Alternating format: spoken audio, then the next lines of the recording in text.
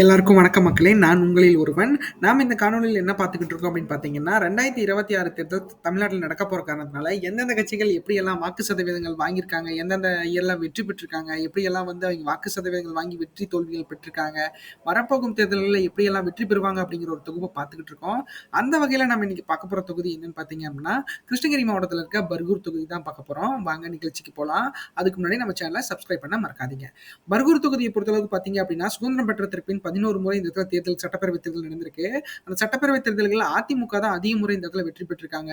அதிமுக பொறுத்தளவுக்கு பார்த்தீங்க அப்படின்னா 1977, 1980, 1984, 1989, 1991, 2001, 2006, 2011, 2016ங்கிற வாக்குல இந்த இடத்துல கண்டினியூஸ் வெற்றியை கூட அவங்க பெற்றிருக்காங்க. 1996ல செல்வி ஜெயலலிதா அவர்கள் முதல்வர் கேண்டிடேட்டா இருந்து இந்த இடத்துல தோல்வி பெற்றிருந்தாங்க அப்படிங்கிறது குறிப்பிடத்தக்கது. அதுக்கப்புறம் 2021ல தான் இந்த இடத்துல வந்து திமுக வெற்றி பெற்றிருக்காங்க. 1996, 2021ல திமுக இந்த இடத்துல வெற்றி பெற்றிருக்காங்க. பர்கூர் தொகுதி 11 முறை தேர்தல்கள்ல 9 முறை வந்து அதிமுகவும் 2 முறை வந்து திமுகவும் இந்த இடத்துல வெற்றி பெற்றிருக்காங்க அப்படிங்கிறது குறிப்பிடத்தக்கது. அடுத்து பர்கூர் சட்டமன்ற தேர்தல் நிலவரங்கள் பார்த்துருவோம். அந்த வகையில பர்கூரை பொறுத்தளவுக்கு நம்ம 2 தொகுதிகள் எடுத்து 2 இயர்ஸா பார்த்துட்டு இருக்கோம்.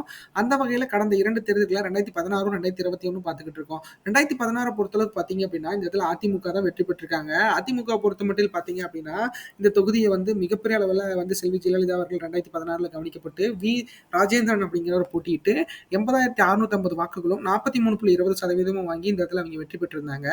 அடுத்து திராவிட முன்னேற்ற கழகம் சார்பில் இந்த இடத்துல ஈசி கோவிந்தராஜன் அப்படிங்கிற ஒரு கோவிந்தரசன் போட்டிட்டு 79,668 வாக்குகளும் 42.70% வாங்கி இந்த இடத்துல அவங்க 2ஆம் இடத்தை பிடிச்சிருக்காங்க அப்படிங்கிறது குறிப்பிடத்தக்கது.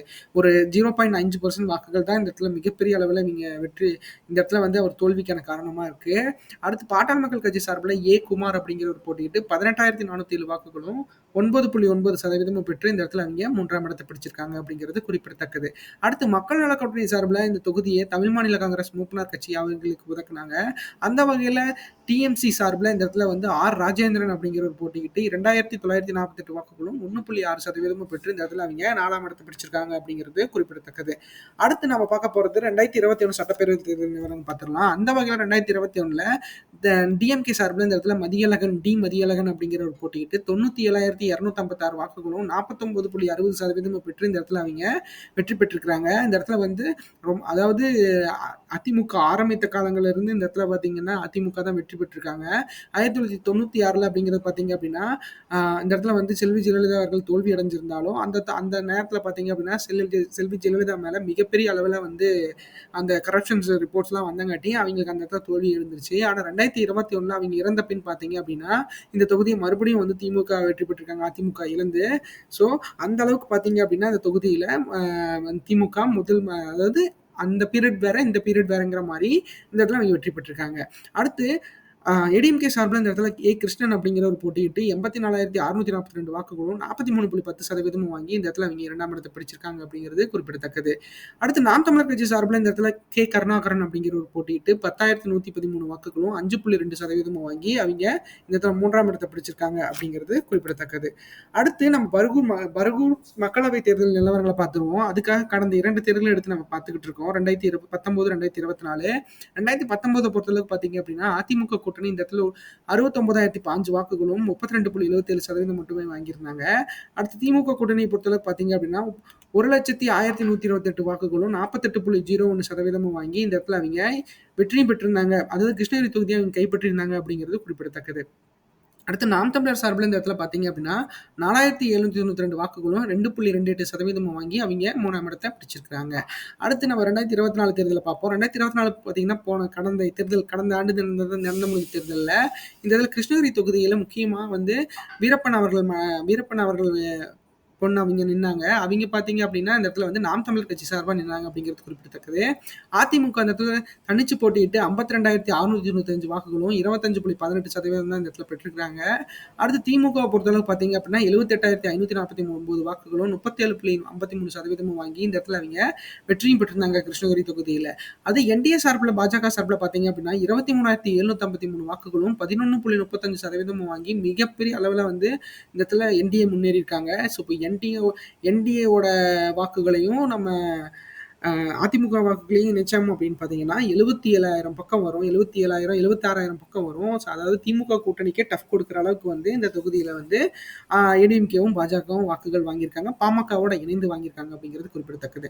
அடுத்து வீரப்பன் அவர்கள் மகளான அவங்க பார்த்தீங்க அப்படின்னா நாம் தமிழர் கட்சி சார்பில் இந்த இடத்துல போட்டிக்கிட்டாங்க. 19,745 வாக்குகளும் 9.43% வாங்கி இந்த இடத்துல அவங்க மிகப்பெரிய அளவில் வந்து வாக்குகளை வந்து சேகரிச்சிருக்காங்க அப்படிங்கிறது குறிப்பிடத்தக்கது. அடுத்து நம்ம பர்கூர் தொகுதி 4 தேர்தல் நிலவரத்தை பத்தி பார்ப்போம். பர்கூர் தொகுதியை பொறுத்தளவுக்கு பார்த்தீங்க அப்படின்னா 4 தேர்தலுக்குள்ள நம்ம அதிமுக பார்த்துருவோம். அதிமுக பொறுத்தளவுக்கு பார்த்தீங்க அப்படின்னா 2016ல 43.20 2019 32.77 2021 43.10 2024 25.18% வாங்கி இந்த இடத்துல அவங்க தனிச்சு போட்டிட்டாங்கன்னா 2016ல் தனிச்சு போட்டிட்டு வேற மாதிரியான வாக்குகளும் 2024ல் ஒரு வாக்குகளும் இந்த இடத்துல வாங்கியிருக்காங்க. ஸோ அதிமுகவோட செல்வி ஜெயலலிதா அவர்கள் மறைவுக்கு பின் எந்த அளவுக்கு அவங்களோட பேர் வந்து இந்த இடத்துல வந்து டிஸ்டர்ப் ஆயிருக்கு அப்படிங்கிறத நம்ம பார்த்தாலே தெரியுது.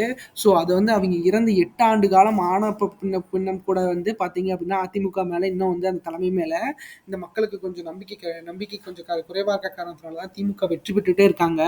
ஸோ இனிமேலும் திமுக வெற்றி பெறணுங்கிறது ரொம்ப சுலபமாயிருச்சு. அதாவது இருபெரும் ஜெயண்ட், அதாவது பார்த்தீங்கன்னா செல்வி ஜெயலலிதா அவர்களும் கலைஞர்களும் இருந்த பின் பார்த்தீங்க அப்படின்னா ஸ்டாலின் அவர்கள் பக்கம் நிறைய வந்து அதிமுக அமைச்சர்கள் கூட நிறைய பேர் அவங்க பக்கம் போய் சேர்ந்திருக்காங்க. ஸோ திமுக கூட்டணிக்கு மிகப்பெரிய அளவில் பலு இருக்கிறத நம்மளால மறுக்க முடியாத உண்மையா இருக்கு. திமுக பொறுத்தளவுக்கு பார்த்தீங்கன்னா 2016ல் 42.70 2019 48.01%, 2021ல் 49.60%, 2024ல் 37.53% இந்த இடத்துல வாங்கி, அதாவது திமுகவை பொறுத்தளவுக்கு பார்த்தீங்க அப்படின்னா கூட்டணி கட்சிகளோட இணைந்து சாதுரியமா இந்த அரசியல் பயணம் செஞ்சு கொண்டுட்டு இருக்காங்க. ஸோ அந்த வகையில் கூட்டணிகளோட பலம் என்னங்கிறத திமுக நிர்வாகிகள் வந்து மிகப்பெரிய அளவில் தெரிஞ்சு வச்சிருக்கிறது அப்படிங்கிறது அரசியல் சாணக்கியம் அப்படிங்கிறது நம்மளுக்கு தெரிஞ்சுக்கலாம். அடுத்து பார்த்தீங்கன்னா நாம் தமிழரை பொறுத்தளவுக்கு பார்த்தீங்க அப்படின்னா 2016ல் 0.4%, 2019ல் 2.2%, 2021ல் 5.2%, 2024ல் 9.43% இந்த இடத்துல வந்து வாக்குகள் பதிவாயிருக்கு அப்படிங்கிறது நாம் தமிழருக்கு நல்லாவே தெரியுது. அடுத்து பர்கூர் தொகுதி வாக்காளர்கள் நிலவரத்தை பத்தி பார்த்துருவோம். இந்த இடத்துல மொத்த வாக்காளர்களாக 2,47,308 பேர் வந்து இந்த இடத்துல வாக்காளர்களாக பதிவு செய்யப்பட்டிருக்காங்க. அதுல 1,22,187 ஆண்களும் 1,25,103 பெண்களும் இந்த இடத்துல வாக்காளர்களாக பதிவு செய்யப்பட்டிருக்காங்க அப்படிங்கிறது குறிப்பிடத்தக்கது. மூன்றாம் பாலினத்தவர்கள் இந்த இடத்துல 18 பேர் வாக்காளர்களாக பதிவு செய்யப்பட்டிருக்காங்க. அடுத்து நம்ம வாக்காளர்களையும் ஏஜ் வைஸ் கேட்டகரி பார்த்துருவோம். ஏஜ் வைஸ் கேட்டகரின்னு பார்க்குறப்ப 18 வயசுலேருந்து 34 வயசு வரைக்கும் இருக்கீங்க பார்த்தீங்க அப்படின்னா, அதாவது யங்ஸ்டர்ஸ் 41,299 ஆண்களும் 42,285 பெண்களும் இந்த இடத்துல வாக்காளர்களாக பதிவு செய்யப்பட்டிருக்காங்க. 35 வயசுலேருந்து 54 வயசு வரைக்கும் இருக்கீங்க பார்த்தீங்க அப்படின்னா 52,296 ஆண்களும் 53,545 பெண்களும் இந்த இடத்துல வாக்காளர்களாக பதிவு செய்யப்பட்டிருக்காங்க அப்படிங்கிறது குறிப்பிடத்தக்கது. அடுத்து ஓல்டேஜஸ் சொல்ல போறவங்க 54 வயசுலேருந்து 65 வயசுக்கு மேலே இருக்கிறவங்க 28,592 ஆண்களும் 29,274 பெண்களும் இந்த இடத்துல வாக்காளர்களாக பதிவு செய்யப்பட்டிருக்காங்க அப்படிங்கிறது குறிப்பிடத்தக்கது. அடுத்து பர்கூர் தொகுதி வாக்குப்பதிவு சதவீதம் எவ்வளோ வந்திருக்கு 8 வருஷ தேர்தல் அப்படின்னு பார்த்தலாம். 8 வருஷம் பார்க்குறப்ப 1989ல் 72.20 1991ல் 69.30 1996ல் 69.10 2001ல் 63.10 2006ல் 72.60 2011ல் 81.80 2016ல் 82.40 2021ல் 82.40 அதாவது 80% மேலே இந்த இடத்துல வாக்குகள் வந்து பதிவாகிறத நம்மளால பார்க்க முடியுது. அந்த வகையில் 2026 தேர்தல் வாக்குப்பதிவு எதிர்பார்ப்பு சதவீதங்கிறது 22.20% பெறுவதற்கு வாய்ப்புகள் அதிகமாக இருக்கு. ஸோ இந்த மக்கள் வந்து பர்கூர் மக்கள் வந்து கண்டிப்பாக அதை வந்து 100% மாற்றணும் அப்படிங்கிறது தான் இந்த காணொலியோட முக்கிய நோக்கம். கண்டிப்பாக நீங்கள் அதை பண்ணுவீங்கன்னு நினைக்கிற மக்களே கண்டிப்பாக பண்ணிடுங்க. அடுத்து பர்கூர் தொகுதி வாக்கு எதிர்பார்ப்பு 2026 பொறுத்தளவுக்கு பார்த்தீங்க அப்படின்னா இந்த தொகுதியில் அதிமுக மீண்டும் வெற்றி பெறுவதற்கு வாய்ப்புகள் அதிகமாக இருக்கு. ஆனால் அது மிகப்பெரிய வெற்றியா இல்லாமல் இழுபறி தொகுதியா மாறுவதற்கு வாய்ப்புகள் அதிகமாக இருக்கு. அந்த வகையில் அதிமுக 39.22% 79,730 வாக்குகளும் பெறுவதற்கு வாய்ப்புகள் அதிகமாக இருக்கிறத நம்மளால பார்க்க முடியும். ஆக மொத்தத்தில் அதிமுக மீண்டும் அவங்களோட கோட்டையை கைப்பற்ற போறாங்க அப்படிங்கிறதுல எந்த ஒரு ஐயமும் இல்லை. ஸோ இபிஎஸ் அவர்கள் தலைமையிலான இந்த கிருஷ்ணகிரி பயணம் பார்த்தீங்க அப்படின்னா மிகப்பெரிய அளவில் வந்து அவருக்கு நல்ல வாய்ப்பை ஏற்படுத்தி கொடுத்தது அப்படிங்கிறது உண்மையாக நம்ம கருதப்படுது. ஸோ அந்த வகையில் பார்க்குறப்ப கிருஷ்ணகிரியில் இருக்க பர்கூர் தொகுதியை பொறுத்தளவுக்கு அதிமுகவுக்கு மீண்டும் வந்து அவங்களோட வளர்ச்சி பயணங்கள் மேற்கொள்றதுக்கு மிகப்பெரிய அளவில் உறுதுணையாக இருக்கும் அப்படிங்கிறதுல எந்த ஒரு ஐயமும் ஐயமும் இல்ல. ஸோ அது எப்படி நடக்க போகுது அப்படிங்கிறத நம்ம பொறுத்திருந்து பார்த்தோம்னா, கண்டிப்பா இந்த தொகுதி மக்களோட நிலைமை எப்படிங்கிறத இபிஎஸ் அவர்கள் உணர்ந்து இந்த பர்கூர் மக்களுக்கு நல்லது செய்தாரு அப்படின்னா, கண்டிப்பா அந்த இரட்டை இலை வந்து கண்டிப்பா பர்கூர்ல மீண்டும் வளரும். அதாவது 2021ல வந்து அது விழுந்தாலும் கண்டிப்பா அது வளர்றதுக்கு வாய்ப்புகள் அதிகமா இருக்கு. ஸோ இபிஎஸ் அவர்கள் எப்படியெல்லாம் வந்து இது பார்ட்டிசிபேட் பண்ணி இது வெற்றி பெற போறாரு அப்படிங்கிறத நம்ம 2026 தேர்தலில் பொறுத்திருந்து பார்த்தோம்னா கண்டிப்பா இதுக்கான ஆன்சர் நம்மளுக்கு கிடைக்கும் அப்படிங்கிறதுல எந்த ஒரு ஐயமும் இல்லை. அடுத்தது பார்த்தீங்க அப்படின்னா நம்மளுக்கு திமுக கூட்டணியை பொறுத்தளவுக்கு பார்த்தீங்கன்னா 38.59%, 78,443 வாக்குகளும் பெறுவதற்கு வாய்ப்புகள் திமுக கூட்டணிக்கு இருக்கு. ஸோ ஆக மொத்தத்தில் பார்த்தீங்க அப்படின்னா திமுக கூட்டணிக்கும் அதிமுக கூட்டணிக்கும் அந்த அளவுக்கு பெரிய வெற்றி வித்தியாசங்கள் இல்லைனாலும் இழுப்பறி தொகுதியே இது மீண்டும் ஏற்படுறதுக்கு வாய்ப்புகள் அதிகமாக இருக்கு. ஸோ இந்த பக்கமா அந்த பக்கமா அப்படிங்கிறத நம்ம பொறுத்திருந்து பார்த்தோம்னா கண்டிப்பா இதுக்கான ஆன்சர் கிடைக்கும். ஸோ திமுக கூட்டணியை பொறுத்தளவுக்கு பார்த்தீங்க அப்படின்னா அவங்க கூட்டணி கட்சிகளோட மிகப்பெரிய அளவில் பலம் வாய்ந்ததாக இருக்காங்க. ஸோ அவங்க பலம் என்ன அப்படிங்கிறத இந்த இந்த மக்கள் வந்து எப்படி நிரூபிக்க போறாங்க, அதாவது இந்த கழக நிர்வாகிகள் எப்படி நிரூபிக்க போறாங்க அப்படிங்கிறத நம்ம பொறுத்திருந்து பார்க்கலாம். ஸோ அந்த வகையில் பார்க்குறப்ப திமுக கூட்டணி இந்த இடத்துல 38.59% வாங்குறதுக்கு வாய்ப்புகள் அதிகமாக இருக்குது. ஸோ அதிமுக வெற்றி பெறதுக்கு சில பல வாய்ப்புகள் தான், சில பல பர்சன்டேஜ் தான் இருக்குது. ஸோ அது எப்படியெல்லாம் திமுக கூட்டணி கையாண்டு இந்த இடத்துல வந்து வெற்றி பெற போகிறாங்க அப்படிங்கிறத நம்ம வந்து 2026 எலெக்ஷனில் நம்ம எப்படி பார்க்கலாம் அப்படிங்கிறத நம்ம பொறுத்திருந்து பார்த்தோம்னா கண்டிப்பாக நம்மளுக்கு இதுக்கான ஆன்சர் கிடைக்கும். அடுத்து நாம் தமிழரை பொறுத்தளவுக்கு பார்த்தீங்க அப்படின்னா இந்த தொகுதியில் 7.59%, 15,435 வாக்குகளும் பெறுவதற்கு வாய்ப்புகள் அதிகமாக இருக்கு. ஸோ இந்த தொகுதியில் பார்த்தீங்க அப்படின்னா நாம் தமிழரை பொறுத்தளவுக்கு பார்த்தீங்கன்னா ஒரு கணிசமான வாக்குகளை வச்சிருக்காங்க. ஸோ அந்த வகையில் பார்க்குறப்போ இந்த தொகுதி மிகப்பெரிய அளவில் வந்து சோபிக்க முடியலனாலும் நாம் தமிழர் கட்சியை பொறுத்தளவுக்கு அவங்க வெற்றி பெறுவதற்கு இந்த தொகுதி வந்து மிகப்பெரிய அளவில் ஏற்றளவில் இல்லைனாலும் அவங்க எப்படி வந்து இந்த வாக்கு சதவீதங்களை வந்து ஹோல்ட் பண்ணி வைக்க போறாங்க அப்படிங்கிறத நம்ம பொறுத்திருந்து பார்க்கலாம். நான் முன்பே கூறியது போலதான், அதாவது அதிமுக திமுக இடையில இருக்கிற போட்டி வித்தியாசங்கள், அதாவது அந்த பர்சன்டேஜ் பார்த்தீங்க அப்படின்னா தான் நாம் தமிழரோட வெற்றியாக நம்மளுக்கு வந்து எல்லா இடத்துலையும் ரிஃப்ளெக்ட் ஆகுது. ஸோ நாம் தமிழர் பார்த்தீங்க அப்படின்னா மிகப்பெரிய அளவில் வந்து ஒரு சின்ன கீயாக இருந்தாலும் ஒரு பெரிய ரூமை திறக்கிறதுக்கு ஒரு கீ தான் தேவைப்படும். ஸோ அந்த வகையில் நாம் தமிழர் பார்த்தீங்க அப்படின்னா மிகப்பெரிய அளவில் அது வந்து சிறு குச்சியும் பல்குத்த உதவும் அப்படிங்கிற மாதிரி சீமானவர்களோட அந்த தாக்கம் வந்து தமிழக அரசியலில் மிகப்பெரிய அளவில் இருக்கிறத நம்மளால மறுக்க முடியாத உண்மையா இருக்கு. அடுத்து தமிழக வெற்றி கழகத்தை பொறுத்தளவுக்கு பார்த்தீங்க அப்படின்னா விஜய் அவர்கள் தலைமையிலான புதிய கட்சி தொடங்கியிருக்காங்க விஜய் அவர்கள். ஸோ அதில் பார்த்தீங்கன்னா தமிழக வெற்றி கழகத்தை பொறுத்தளவுக்கு இந்த தொகுதி பர்கூர் தொகுதியில் 13.22%, 26,884 வாக்குகளும் பெறுவதற்கு வாய்ப்புகள் அதிகமாக இருக்கு. ஸோ அது ஒரு சிறந்த கட்சியாக நிலை பெறுவதற்கு இந்த தேர்தல் மிகப்பெரிய அளவில் அடியெடுக்கு வைக்க போவதை நம்மளால் பார்க்க முடியும். ஸோ தமிழக வெற்றி கழகத்துக்கு இது முதல் தேர்தலாக இருந்தாலும் மக்களோட மனநிலைமை வந்து தமிழக வெற்றி கழகத்துக்கு மேலே ஒரு நிலையாக இல்லாமல் பல நிலைகளில் வந்து சாஞ்சிருக்க காரணத்தினால ஸோ அது எப்படி வெற்றி பெற வைக்க நம்மளை தமிழக வெற்றி கழக நிர்வாகிகள் முயற்சி பண்ணுவாங்க அப்படிங்கிறத நம்ம யூகிச்சு பார்க்க முடியல. ஸோ அது எப்படி டிஃப்ரெண்டாக பண்ண போறாங்க அப்படிங்கிறத பொறுத்திருந்து பார்க்கலாம். அடுத்து நம்ம 2026 தமிழ்நாடு தேர்தல் கூட்டணி எதிர்பார்ப்பு பார்த்தீங்க அப்படின்னா அதிமுக கூட்டணியில் பாஜக, பாமக, தேமுதிக, தமிழ் மாநில காங்கிரஸ்லாம் இணைஞ்சாங்க அப்படின்னா இந்த பர்கூர் தொகுதியில் 39.22% வாக்குகள் வாங்குறதுக்கு மிகப்பெரிய அளவில் எங்களுக்கு வாய்ப்பு இருக்கு.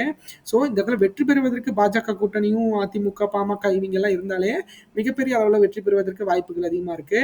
ஸோ அதிமுக கூட்டணி இப்போ கூட்டணியோட அந்த பங்கீடுகள் பற்றி மிகப்பெரிய அளவில் விவாதிச்சுட்டு இருக்காங்க. ஸோ அது நற்பலனாக அமைஞ்சது அப்படின்னா மிகப்பெரிய அளவில் அவங்களுக்கு வந்து இந்த வாக்குகள் வந்து விழுகிறதுக்கு வாய்ப்புகள் அதிகமாக இருக்கிறத நம்மளால மறுக்க முடியாது. அடுத்து பார்த்தீங்கன்னா திமுக கூட்டணியை பொறுத்தளவுக்கு பார்த்தீங்கன்னா இங்கே இந்திய தேசிய காங்கிரஸ், சிபிஐ, சிபிஎம், மக்கள் நீதி மையம், விடுதலை சிறுத்தைகள் கட்சி, மதிமுக போன்ற கட்சிகள் இருக்க காரணத்தினால திமுக மிகப்பெரிய அளவில் ஸ்ட்ராங்காக இருக்காங்க. ஸோ அது எப்படியெல்லாம் வந்து அவங்க ஹோல்ட் பண்ணி வச்சு இந்த 2026 எலெக்ஷனை சந்திச்சு அவங்க வெற்றி பெற போறாங்க அப்படிங்கிறத நம்ம பொறுத்திருந்து பார்த்தோம்னா கண்டிப்பா நம்மளுக்கான ஆன்சர் இது கிடைக்கும் அப்படிங்கிறதுல எந்த ஒரு ஐயமும் இல்லை. ஆக மொத்தத்தில் பார்த்தீங்க அப்படின்னா திமுக கூட்டணி இந்த தொகுதியில கூட்டணியோட செயல்பட்டாங்க அப்படின்னா 38.59% பெறுவதற்கு வாய்ப்புகள் அதிகமாக இருக்கிறத நம்மளால மறுக்க முடியாத உண்மையா இருக்கு. அடுத்து பார்த்தீங்கன்னா நாம் தமிழரை பொறுத்தளவுக்கு 7.59% தனிச்சு போட்டிட்டாங்கன்னா வாங்குறதுக்கு வாய்ப்புகள் அதிகமாக இருக்கு. சீமான் அவர்கள் வந்து பார்த்தீங்க அப்படின்னா கூட்டணி பற்றி இப்போ வரைக்கும் கூட்டணி பற்றி அவர் எந்த ஒரு இடத்துலையும் விவாதிக்கல, எந்த ஒரு செய்தியாளர் சந்திப்புலையும் அவர் கூறாத காரணத்தினால அவங்க எந்த கட்சியோடையும் இணைய மாட்டாங்க அப்படிங்கிற அந்த ஒரு டாக்ஸ் போயிட்டு இருக்கு. ஸோ அப்படி இணையாமல் போனாங்கன்னா லாஸ் வந்து நாம் தமிழருக்கு மிகப்பெரிய அளவில் இருக்கும். ஏன்னா 234 தொகுதியிலும் நிற்கிறாங்க. ஸோ அவங்க பர்சன்டேஜ் வாக்குகளும் 10% பக்கமாக இப்போ வந்துகிட்டு இருக்கு. ஸோ டபுள் டிஜிட் அவங்க நெருங்கிட்டு இருக்காங்க. இப்படியே போனாங்க அப்படின்னா ஒரு பேஸ்மெண்ட் போட்டு கண்டிப்பாக நாம் தமிழர் கட்சி மிகப்பெரிய அளவில் தமிழ்நாட்டில் வளரும் அப்படிங்கிறதுல எந்த ஒரு ஐயமும் இல்லை. ஸோ அது எப்படி இருக்க போகுது அப்படிங்கிறத நம்ம பொறுத்திருந்து பார்க்கலாம். அடுத்து தமிழக வெற்றி கழகத்தை பொறுத்தளவு பார்த்தீங்க அப்படின்னா, கூட்டணி பற்றி அவங்க இன்ன வரைக்கும் எந்த ஒரு அஃபிஷியல் அனௌன்ஸ்மெண்ட்டும் சொல்லல.